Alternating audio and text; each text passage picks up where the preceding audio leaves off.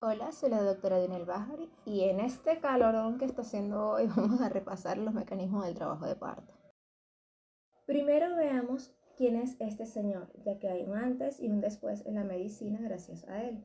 Él es Ignaz Semmelweis, médico cirujano y obstetra austriaco, quien descubrió que si los médicos se lavaban las manos antes de atender los partos, habían menos muertes pospartos por infecciones. Muy bien, ahora entremos en materia. Hablemos del parto. El parto es el proceso mediante el cual el producto de la concepción es separado del organismo materno. Hablando entonces acá de la madurez o la viabilidad, es la capacidad del feto de sobrevivir fuera del organismo materno, donde hablaremos de aborto si la expulsión es realizada antes de las 22 semanas de gestación y el producto pesa menos de 500 gramos. Se habla de parto inmaduro si se ocurre después de la semana 22 a la 27, donde el producto de la concepción va a tener un peso aproximado de 500 a 1000 gramos. Un parto prematuro se dará entre la semana 28 a la 37 con un peso esperado de 2500 gramos. Un parto será llamado a término cuando ocurre entre las 38 a las 42 semanas, con un peso aproximado esperado de 3500 gramos. Después de las 42 semanas se llamará parto serotino o posttérmino. Tendremos también factores maternos y fetales que hablaremos más adelante. En cuanto al canal de parto, tenemos que tiene un sostén rígido, un componente de revestimiento blando y un componente de contenido blando. El sostén rígido óseo es dado por los huesos ilíacos, la sínfisis del pubis, el hueso sacro y el coxis. Es llamado también pelvis mayor y pelvis menor. El revestimiento blando son los músculos y el contenido blando, el cervix uterino, la vagina y la vulva. Veamos esta linda pelvis. La pelvis menor, los límites van a ser las ramas horizontales del pubis, la línea innominada, los alerones del sacro, el promontorio de su cara posterior, como ya lo mencionamos. Tenemos que saber que esta pelvis menor obstétrica tiene definidos los límites. Todo lo que esté por arriba de esto es la pelvis mayor y todo lo que esté por debajo es la pelvis menor. La pelvis en su segmento inferior tiene una forma elíptica, ¿ok? Elíptica, donde el diámetro transverso predomina sobre el antero posterior, de tal manera que se van a encontrar los dos diámetros transversos. Entonces, estos dos diámetros van a ser el transverso útil y el transverso máximo. Esto hay que tenerlo mucho en cuenta. El transverso útil divide ambas líneas innominadas en su mitad y tiene una longitud de 12.5 centímetros. Esta es equidistante entre el promontorio y la sínfisis del pubis. Así el feto elige el diámetro transverso útil porque si elige el máximo choca con el promontorio del sacro. En cuanto al diámetro transverso máximo, tenemos que se encuentra un poco más atrás y tiene 13 centímetros de longitud. Tiene la desventaja de que está muy cerca del promontorio sacro y esto lo hace corto desde este punto de vista antero-posterior. Aparte de estos planos tenemos otros que son importantes en la parte obstétrica, entre ellos el oblicuo que empieza desde la eminencia ilopectínea hasta la articulación sacroiliaca contralateral. Estos tienen 12 centímetros el derecho y 12.5 centímetros el izquierdo. El antero posterior desde el promontorio al pubis, que son 3 diámetros, ¿ok? Tenemos el diámetro promonto suprapubiano o conjugado verdadero, el cual va desde el promontorio al borde superior del pubis. Estos son 11 centímetros. El promonto retropubiano o conjugado obstétrico, que va desde el culmen retropubiano al promontorio. Son 10.5 centímetros, es estrecho, por eso se llama también plano de angustia. Muy importante en la parte obstétrica, sobre todo por las distocias que se pueden presentar allí. Finalmente, el plano promonto subpubiano, que va desde el promontorio al borde inferior del pubis. Estos son 11 centímetros. Ok, ahora veamos esta hermosa vista lateral de la pelvis, donde vamos a observar los tres diámetros anteroposteriores. va a estar el diámetro promonto suprapubiano o conjugado verdadero, que va desde el promontorio al borde superior del pubis y va a medir 11 centímetros. El promonto retropubiano o conjugado obstétrico, también llamado plano de angustia, va desde el culmen retropubiano al promontorio, va a medir 11.5 centímetros.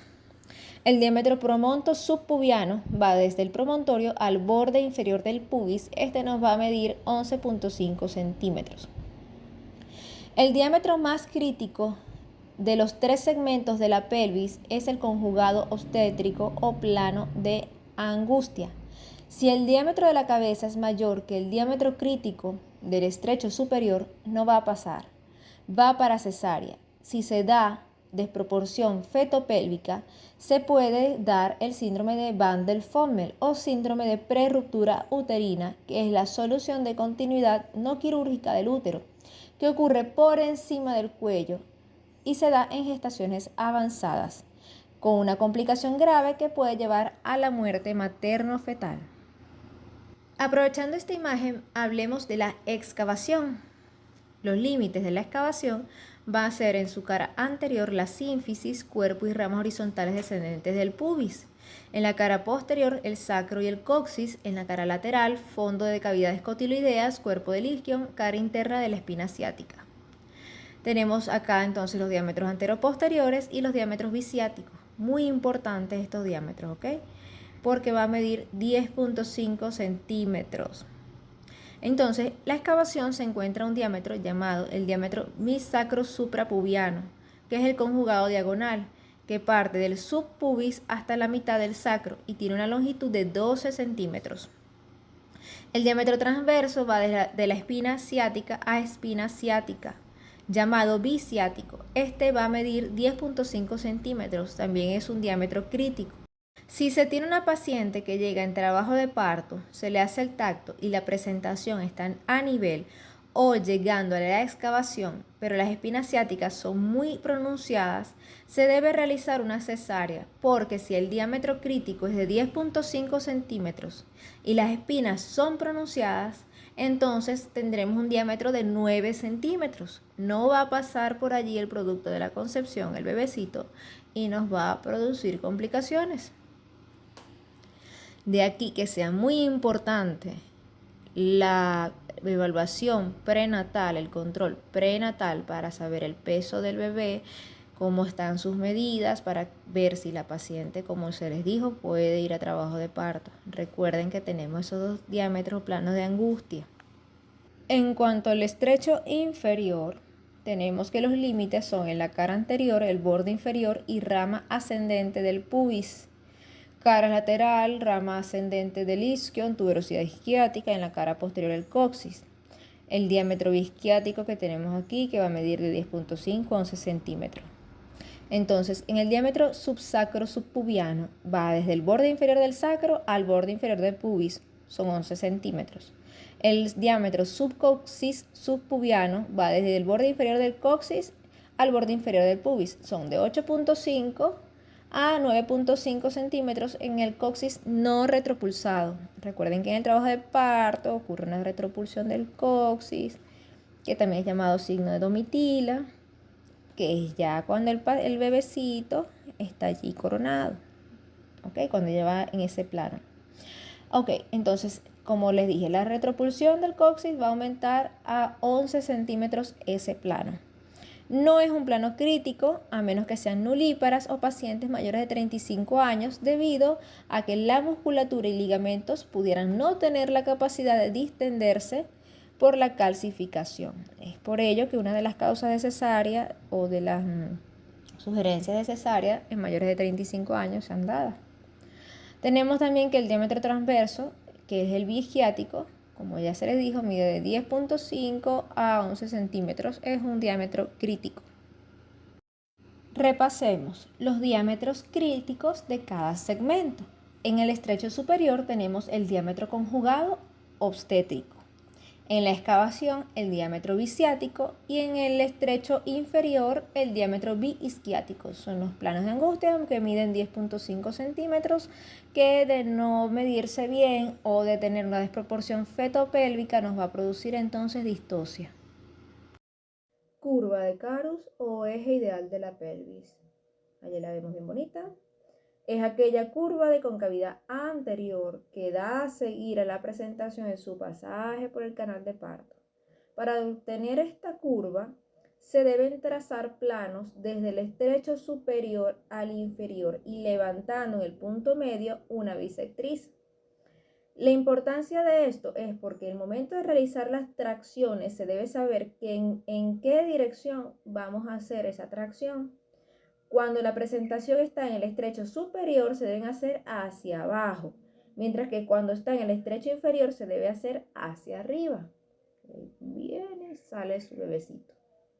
Viendo ahora el plano de Hodge, es un término obstétrico usado para dividir la pelvis desde el estrecho superior hasta el estrecho inferior, incluyendo la excavación pélvica, con el fin de ubicar la altura de la presentación fetal en su paso por el canal de parto, teniendo como referencia el ecuador de la cabeza fetal.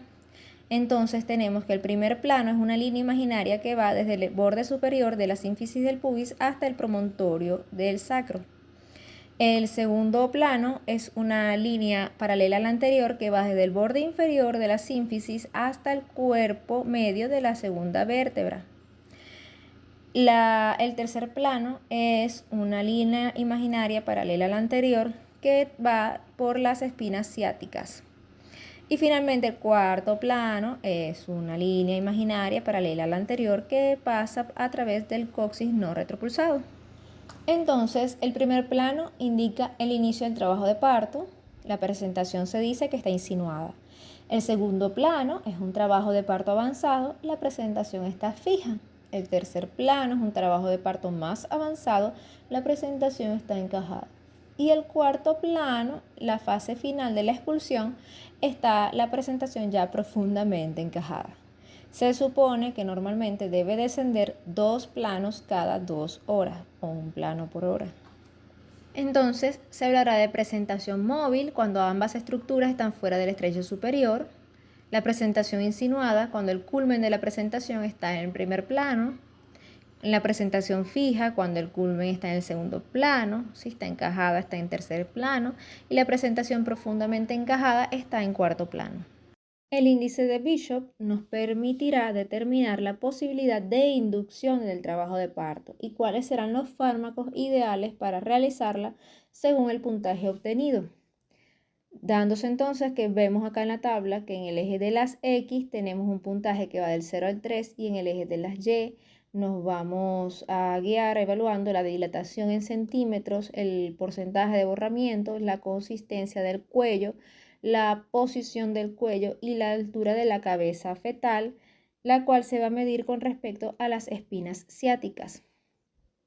Si nos da un puntaje menos de 6 puntos, el fármaco a utilizar serán las prostaglandinas como el misoprostol, mientras que si nos da más de 6 puntos, el fármaco a utilizar será oxitocina.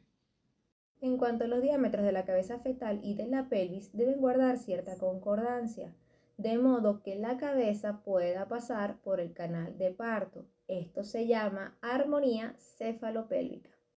Quedamos un poco cortos de tiempo, pero prontamente les estaré subiendo la parte 2 de este video donde hablaremos de las variedades de posición y las fases del trabajo de parto. Hasta luego.